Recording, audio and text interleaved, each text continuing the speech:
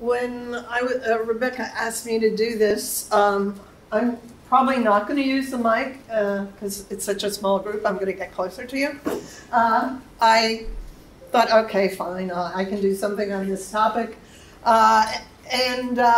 In some ways, I'm going to talk about things that are going to be possible about knowing about biological inequity as much as about current inequity in the health and retirement study. So I was really asked to talk specifically about how you can measure this in the health and retirement study. And I'm a co-PI of that group, and I just landed last night at 10 o'clock from a meeting in Washington for 3 days for that group, and put my slides together then. But my part of the HRS, my aim is really to understand the process and the variability in the process of healthy aging and how health changes with age. And that, by definition, is really about social inequity. So as much as I'm going to get in the weeds about how we measure biology, we are only measuring biology in the health and retirement survey in order to get at how social factors work through biology to affect the endpoints that we're interested in. And so I want to begin by saying I've been in this business a long time, and I'm not even starting where I started. I won't go back to that, which is practically doing crosstabs. But we have been developing a multidisciplinary model. Most of us, no matter what our discipline, use a fairly similar model of looking at health with aging and health change with aging these days. And over time, what we have started to do is incorporate ideas from more and more fields, all of us. So we've all taken on the idea that psychological factors, behavioral factors need to be considered in thinking about health outcomes, and certainly healthcare usage access. I'd say this loose model, the background variables, demographic factors, age, sex, race, SES. We've been doing that for 150 years, basically. We've been looking at those things. But what we've done over time is increase the number of pathways we look at and increase the number of health outcomes we look at. So before microsurveys, pretty much all you could do was mortality. Then you started to be able to do functioning and diseases, and now cognitive function is where all the money is and all the research is. There's a lot going on, and the idea now that context matters. So I'm going to talk about the HRS. That is one survey, the US National Survey, that now has 39 sister surveys all over the world. So one of our big focuses right now is the idea that context matters. The country, the epidemiological context, the policy context, what's going on.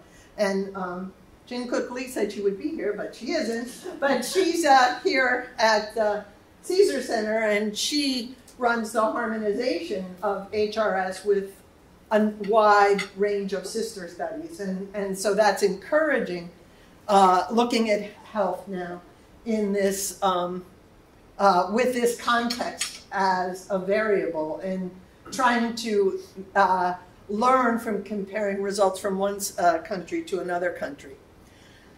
So what evolved was a general model of health, and I think then also what evolved at the same time was this idea that health is not a unidimensional concept. Health is a multidimensional concept, and health change is a process of change.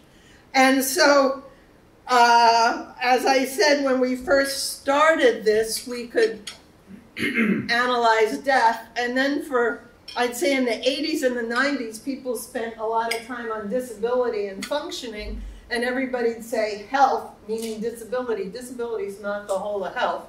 What we mainly pay for is diagnosed diseases and conditions. And now we've realized that some of these have already occurred when so much change has occurred that you're not really getting a good look at the process by which these things happened. You need to get back to the physiological deterioration, and then now really we're interested in getting back to molecular and cellular aging and how that changes with age. So that's where we're, and how that's inequitable across groups. So there's been a change in how we think about health. We understand how multidimensional it is and what a process it is. And the same thing has been happening in biology, where they've been trying to get at what is human aging. One of the interesting things about the biology of aging group at the National Institute on Aging is they were never allowed to actually support research on humans until about a year and a half ago. They always did only model organisms, which is mice and flies and yeast and stuff. Now they're doing humans, which the rest of us have said our model is humans for a long time, but they're starting to get much more into this whole idea of the process of aging and how it occurs in humans and how many things change at the same time. And they've sort of started to develop this whole idea of the hallmarks of aging, that there are certain kinds of molecular and cellular changes that are at the root of the entire process of aging. And this is actually extraordinarily big idea that everybody has bought into, because it is now, the FDA has actually said it is possible to do clinical trials where the outcome is markers of aging, not a specific disease. And that was not allowed until just about a year ago. So this has been a very big sea change, that aging itself can be treated as an outcome. All right, and for the rest of my talk, you'll note that there are things like metabolic changes, stress, molecular damage, epigenomics, and inflammation is here in the middle, linking all these things. The HRS and its new approach to measuring biology has put a lot of emphasis on inflammation. Did you want to say something? Yeah, so I had a question that, do you think it's a good step by the FDA to look Yes, at? I do. So the link between cellular Cancer aging and heart disease, and I mean, we all know if you put one disease down, then people are at very high risk of getting another one. The idea is you can't cure, you can't really, you have to treat the basic process. I do think that's a good idea, rather than just one disease at a time. And before, they only said one disease at a time. But other people who have aging cells, but you don't see any physical or mental manifestation of that. So well, that's a question, isn't it? Yeah. If you see aging cells, I mean, not their chronological age, but you see they've changed, but they have no manifestation. That's the question of what that means, and where we're going with that. I mean, that's a little bit of a theoretical question, I think, still at this point. I don't, let's talk offline, I think. So this change in the way we think about the aging process, and where potentially you can begin to look at the aging process now, has resulted in surveys incorporating more or less measurement in this kind of box. And today I'm going to talk about a set of factors that I have data on that go through here.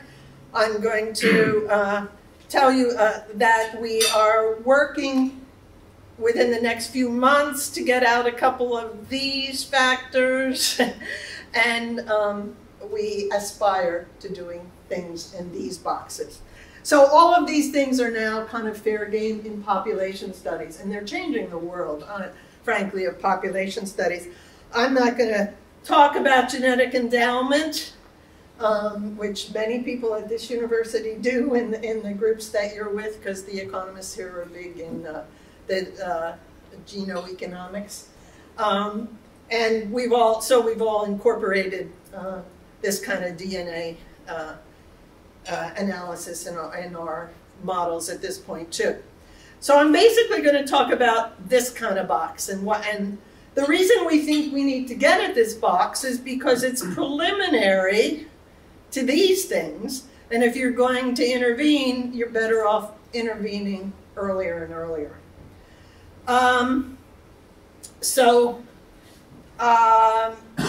Population studies are increasingly incorporating measures of blood-based biomarkers.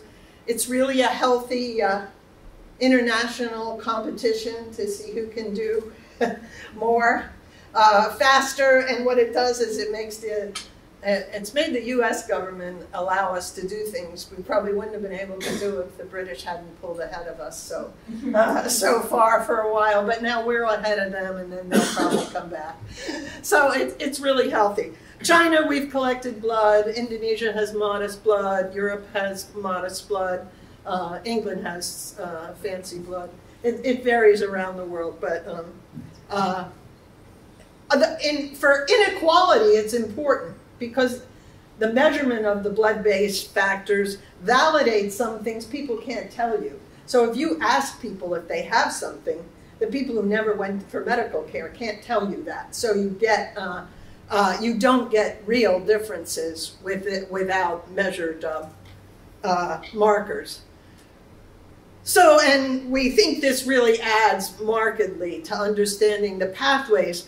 The interesting thing is we think this is going to help all science. We're not just trying to jump on the bandwagon, but biology has sort of consistently had individual investigators have a focus on one piece, one marker, one mechanism, and they do it in a model organism. Well, we have complex systems in people, and if we get all markers at the same time, or lots of markers, we can compare the effect of one to another, and when you can measure them all at the same time. So there's reasons why scientifically it's important to do some things in a real population and to measure lots of things at one time. So the Health and Retirement Study, it's a longitudinal study. It basically is representative of the population over 50 in the US. It began in 1992 and has been going on every 2 years since then. And at any given wave, we interview about 20,000 people. Some of the original people in it are dead, of course. And new people are brought in every 6 years. Okay, how do you do this in a population?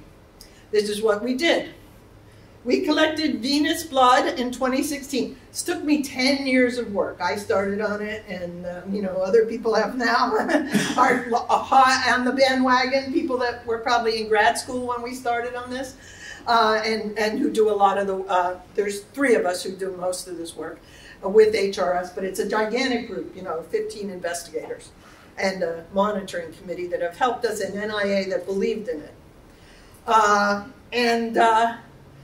We did 10,000 respondents in the last wave, and we collected 6 tubes of blood, which is quite a bit in the field. We had a team of 9,000 phlebotomists around the country that go around and pick up the tubes of blood.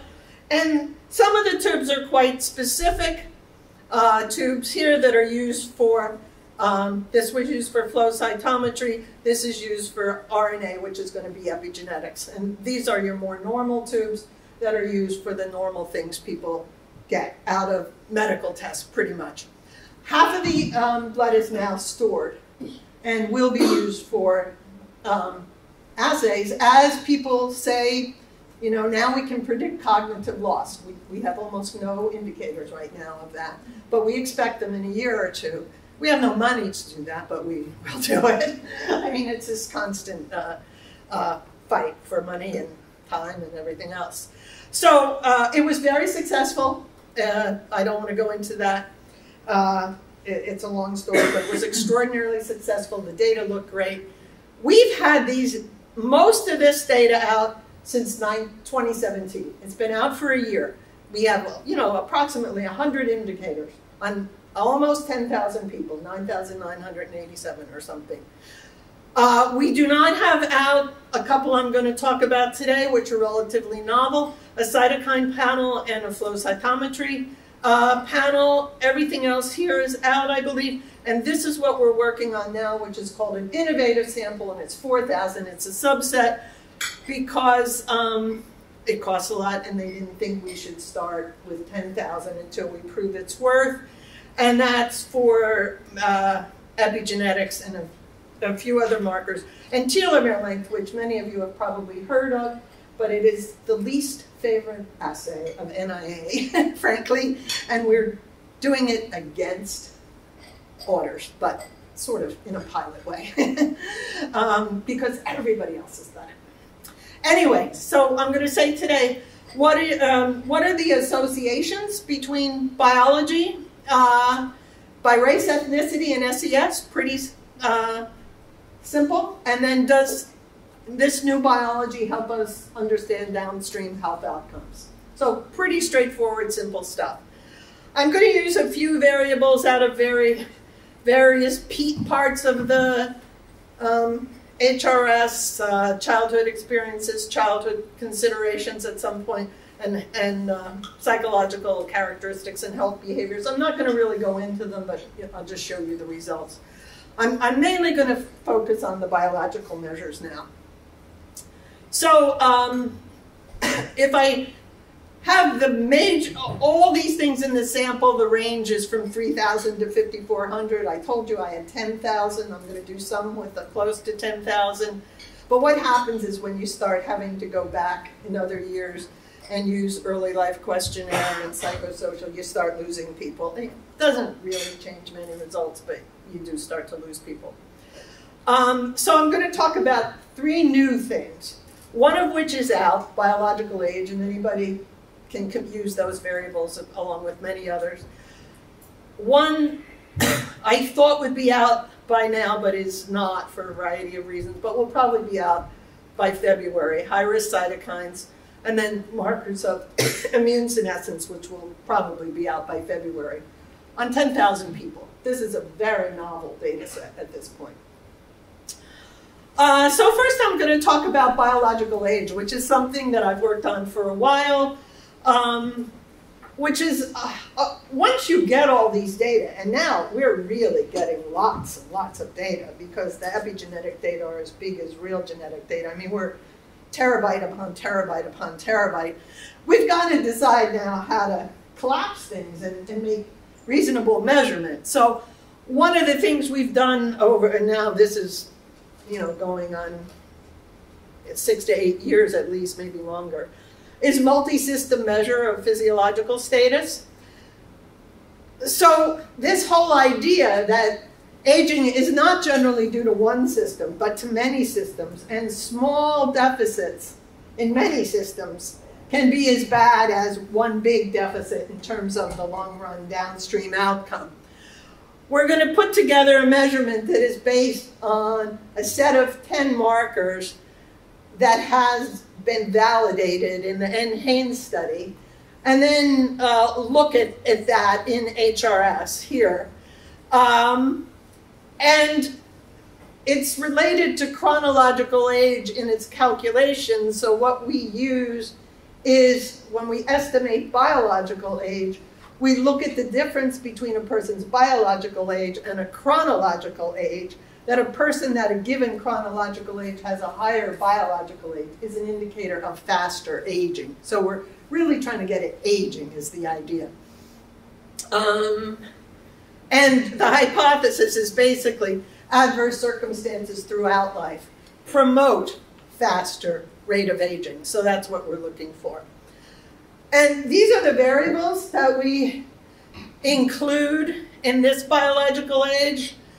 And this is one that we've used, we've validated, and that's why I'm showing this one. Probably will incorporate new markers in another one down the line. But it's a mixture of metabolic, cardiovascular, it's fairly downstream types events, inflammatory, organ functioning, lung functioning. And the calculation, this was developed by a grad student, Morgan Levine, in 2013 in a class that we were teaching here.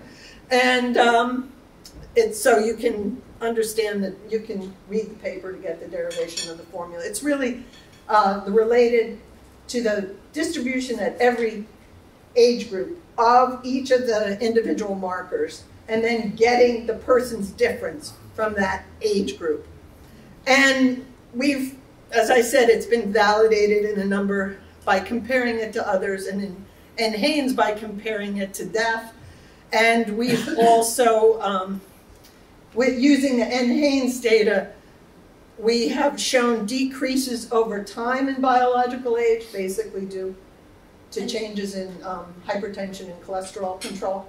Yeah, I'm just curious. Can you say just a little bit about how you decide what to do? By looking at how a whole set of markers related to age. So we examined about 35 markers, and we chose the ones that were most highly related to age itself at that time. But that's a changing thing. And so we did this in Haynes, and we validated it by having people die, which means we are talking about Haynes a while ago, 25 years ago, and over that time, the control of hypertension, the control of cholesterol, has changed the link between age and those factors. So in some senses, we're getting back in the biology at the right time because we're kind of beyond cholesterol and hypertension now because it's so much control, frankly. So we re-estimate the age now in HRS with a slightly different age group too, and we recalculate it. We don't use the same formula as we've used from Haynes before. That's a whole nother thing. We've tried doing this in other countries and with different age groups and with different markers. I mean, I spent a lot of time getting not very far, I say on this. Also, but for the Haynes, we did show a marked difference between African Americans and the non-Hispanic white population. And that marked difference, if you control for it, did account for differences in mortality between those two groups. So these are the things that we've done to validate and use this measure initially. And one of the interesting things, I think, specifically for HRS, so this is from Haynes, this is racial differences in biological age for 10-year chronological age groups. So this is, on average, how much higher is their biological age than their chronological age. Well, you see for African Americans here, it gets higher and higher. It's over 4 years. But that's at age 60 to 69, and then it starts to get lower. This is a cross-sectional analysis. So what happens to people who get higher and higher, once you start to get into these years where mortality is higher, the people you're pulling out of the population are those that have this high biological age. So that's when you actually study aging, one of the issues is having these survivors to old age may not tell you all about this process of how they got to old age. That we know that, but I think this is a good example of how the differences can sort of change in ways that you might not expect. So does race, the difference in life expectancy by race, is it all explained by biological That's age? what, the significance of race goes away in an equation, in an appropriate equation where this is contained. Yeah. So that's a big change. I guess the other thing to think about is at age 65, Medicare kicks in. That's true. And then there's some papers that show that there are the differences that they collapse out between the two groups. Yeah. By hypertension and cholesterol. Treatment. And yes. And I agree. What's collapsed is differentials in hypertension and cholesterol overall, frankly. There are hardly any age differences, sex differences, and all the differences are going away because it's so controlled. But I think if you saw these on a cohort way, you would be see different. That would be different. Different. Most likely, with sectional data, you have a lot of problems. But if you had it on a cohort way, yeah. you could actually you could see, yes. selecting mortality. Yeah. We've done other analysis within Haynes to show that the people who get selected out by mortality are people with high biological risk. We have shown that. Okay, now if I look at the HRS, the distribution of biological age in this population, where the mean of this biological age is 68.57. That is set so that is the same. The equation makes it the same as the chronological age. The range is 51 to 105. That doesn't tell you a lot, but this is the distribution of the biological age minus chronological age. So those people are within 10 years. You see the range, oh, the range here is not that different, 56 to 101. And the mean, as I said, is the same, and the mean difference is 0. And that's set that way. It's not, it doesn't come out that way nicely, it's set by the formula. Jen? You emphasize the hypertension and cholesterol and other sort of like medical things. What weight does inflammation play in your predictor model? It's only a CRP. It's only a CRP. I mean, and albumin, CRP, albumin, and is it predictive at all, or is it mostly dropped out? I mean, my sense has always been CRP is a really crappy measure. Wait, CRP, CMV, and albumin. I mean, those are really non-specific. Yeah, but aging is very non-specific. Okay. I don't think. What's the relative weight of those various those various inputs into your is it like? I don't want to guess right now. I can, but CRP is not bad relative to the others, I would say. But let me. I mean, we understand. We want to go further here. Yeah.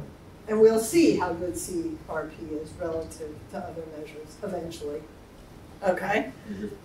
Yeah. Okay. So this is the difference between biological and chronological age by education. So the less educated you are, the older you look at a given time, given age, and the more educated, the less. And this is the non-Hispanic Black difference, and here it's 1.5 years, which is sort of what you would predict given that Haynes value and the fact that their average age is 68, frankly. Just a clarification, so when you estimated the biological age, was it pooled across all the races? Yes. Yes. So do you think the biological age should be independent of race? I do, until proven otherwise, yes. I mean, at least that is my hypothesis. Should we have a different model of biological age by race? Yeah. You could, but you couldn't compare them then, perhaps. I don't know the biology, but maybe different races have different biology and It's thought to be very small and not clear, I would say. There is some discussion about hypertension, certainly, but how much is biology and how much is an environment? But in some sense, it's testable, right? It's testable. It's absolutely testable. See if you can come up with a better. But my test is basically if I define them the same way, are they different? Not how should I define them differently, which could be a test. Yeah. Anybody can do, The frankly. challenge with the test is that the access to healthcare is different. Right, exactly. And you don't know if the difference is because of Biology or the system. or how well. How will you ever know that? No, that you That's never what I'm know. saying, Like the that you test don't is know. not- No, I don't want, Yeah. you'll never know that. I guess the point is, even if you find that the models are different, you can't. That doesn't mean that you would. The right thing would be to. That the biology stuff, that it's all explained by biology. Right. Yeah. And I think you have to be Yeah. careful. The other thing is, Um, the biology we have now is not necessarily the biology that's going to be, once we fully understand, or have a much better understanding of biology. I mean, I still think it's primitive. Well, that's the whole idea. Yeah. That's where we're going.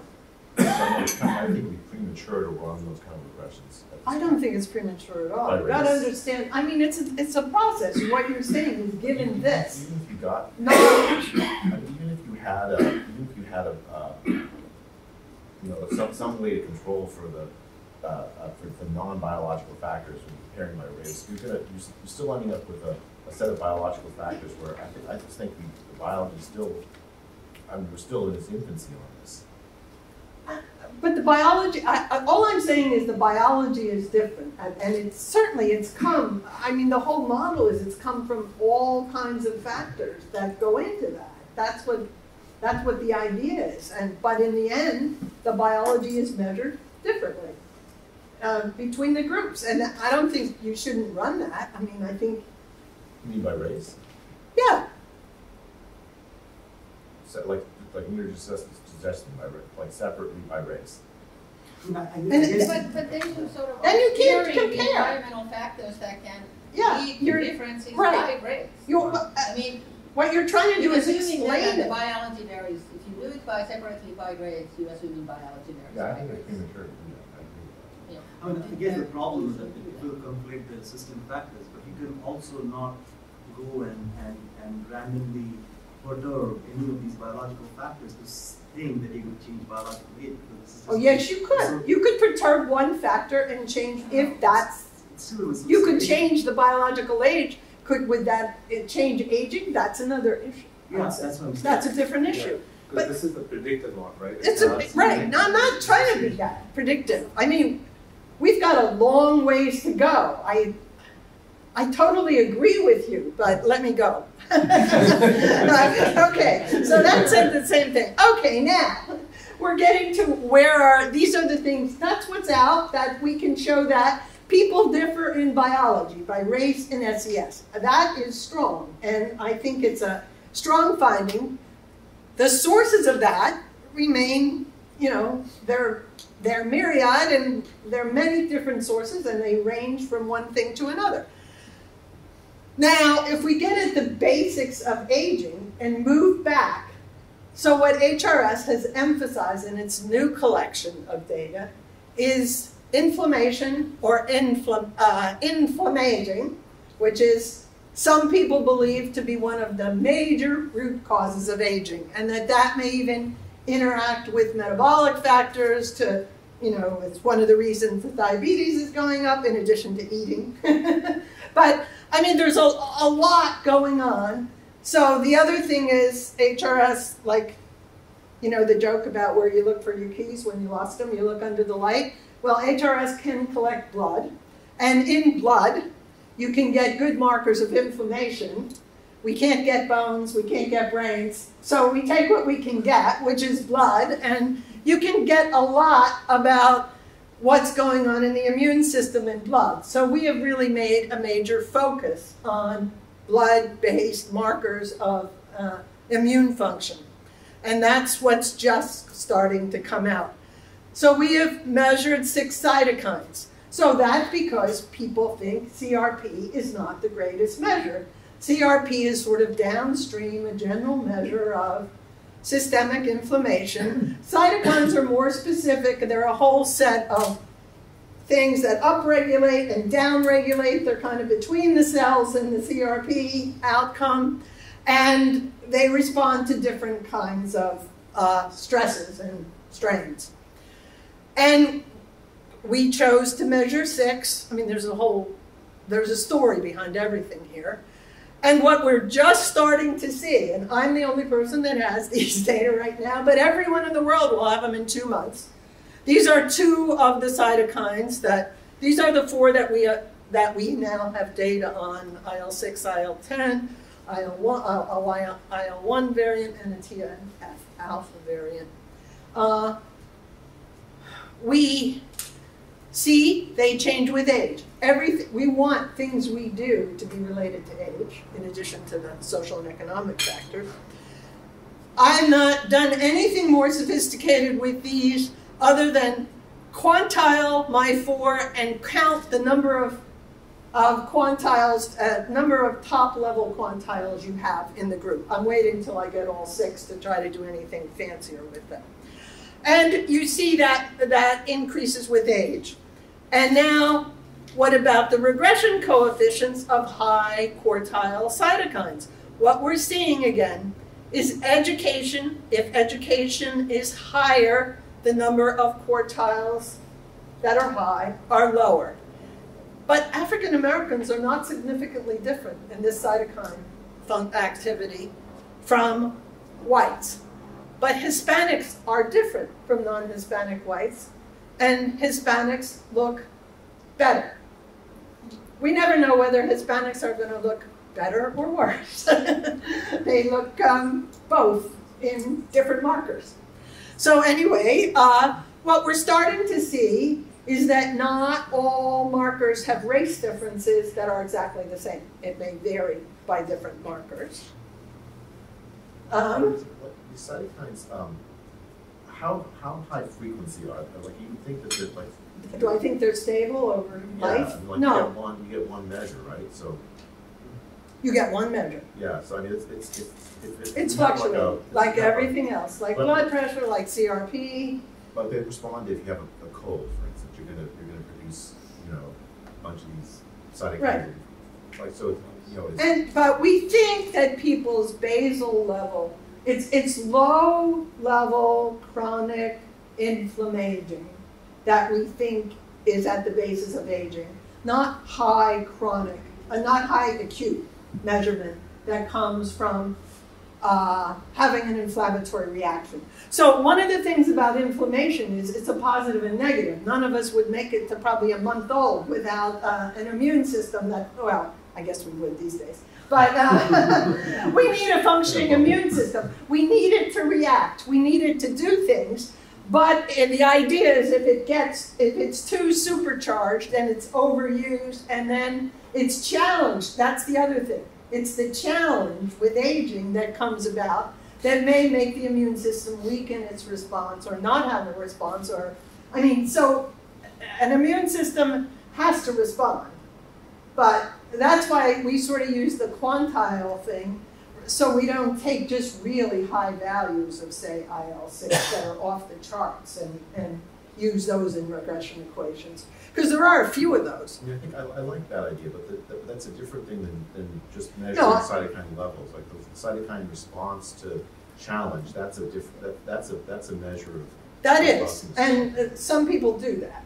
And if we had a gigantic steak, potato, and some other butter dessert with cream dessert, and then we measured our IL-6 in the next few hours, we would have a spike. There's no question. It's, you know, we know that, but the idea is we catch, if people have a high basal level, we tend to catch them. And that's sort of what we're looking for, not high acute. And time's up? Oh, no, that's 5 minutes. But we can also run into the discussion. Okay, right.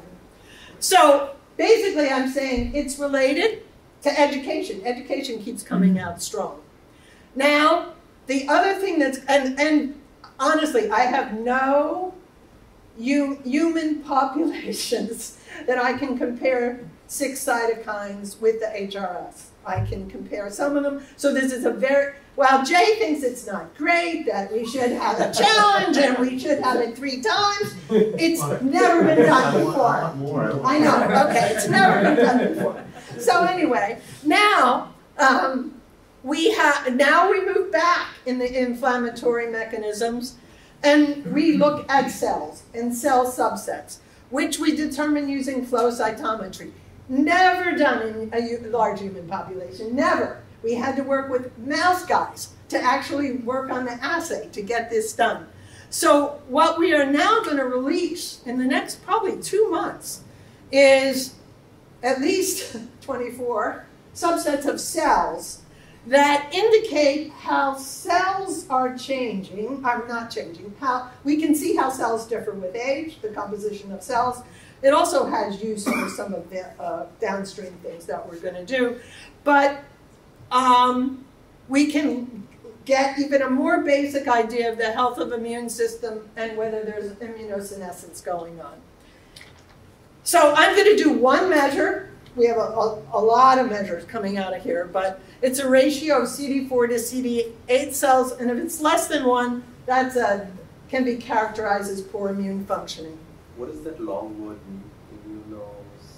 your immunosenescence. Well, senescence means you don't work anymore because you're old. You've senesced, and it means your immune system has become senescent. So we believe that people's immune systems, to some extent, get worn out. And there's a lot of, this is a field, like many, that's full of discussion. But for, and there are viruses that we all have that may challenge our immune system when we get very old. The one was, Jay said, what's your measure of inflammation? I had an indicator of CMV levels in that equation. We almost all in America have a CMV infection by the time we get old, about 80–90%. And the idea is after a while our immune system can't keep that virus in check and it kills off. That's one theory. That's a simple theory. Kills off and becomes poorly functioning. So this is the prevalence of CD4, CD8, less than 1. It increases pretty markedly with age. And this is a relatively commonly used metric. There are many more of these to be looked at. And again, what do we have if we look at race and education differences? African Americans are substantially more likely, this is an odds ratio here, to have poor immune functioning. Hispanics, higher, but not significant there.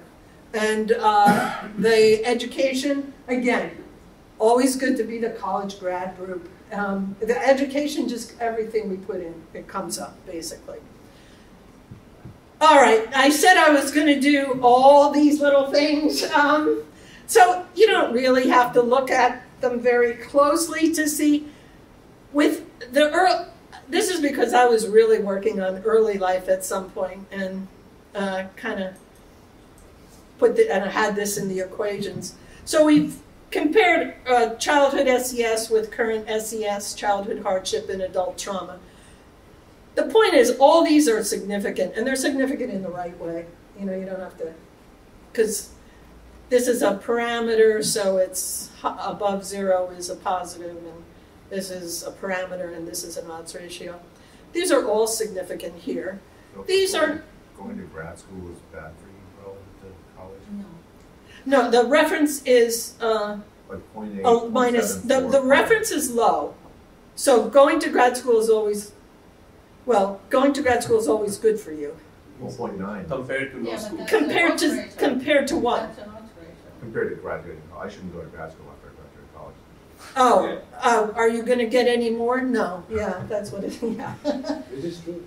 Yeah, Well, oh, sorry. try to do that with my students. It's interesting, smoking's not significant. I know. Well, it is here. Yeah. I mean, I think what we're going to find is biology works through a whole, I mean, there's a whole different set of different kinds of biology, and some things work one way and some things work another way. But smoking is interestingly not significant here. Once other things are controlled, you know, once other things are controlled, that's always, and these are old people. Not, I guess, only 68 on average, but a lot of smokers don't get real old, anyway. Smokers with poor immune Also control for the Yeah, it takes away a lot of effects. So the point is basically, education is extraordinarily strong, and it always works that more is better than being low. May not always work that going to grad school is better than college, just college, but it works that way. It's also, now we have related these 3 indicators, cytokines, top quartile, low functioning immune system, and the bioage, to all these downstream, what we would consider health outcomes, because this is really, we want to try to learn more about these. And what you see is the red ones are significant. So most things up here are significant, but this one that was really highly related to all the independent variables is a little less related to the potentially downstream dependent variables. We can't do mortality, we're all in the cross-section right now. I'm almost done. The last thing is I said how much, in using just the simple OLS regressions, how much of the variance is explained in these outcomes by the biovariables, which is the blue, this all alone, the social psychological, all alone the orange, and the green is the combination. We don't get a lot more. We get something. We get something about the pathways, but we're not except for frailty, which is everything but the kitchen sink as an outcome, basically. We're adding somewhat to that. This is small, even, compared to where we're going. So in summary, I think, you know, this population with large numbers of minorities it hasn't been done before. We're expanding the way we see the biology working with indicators that are related to both social factors and downstream health outcomes. They add modestly to overall explanations of health outcomes. What are we doing? We're always thinking the next best thing is going to give us another story.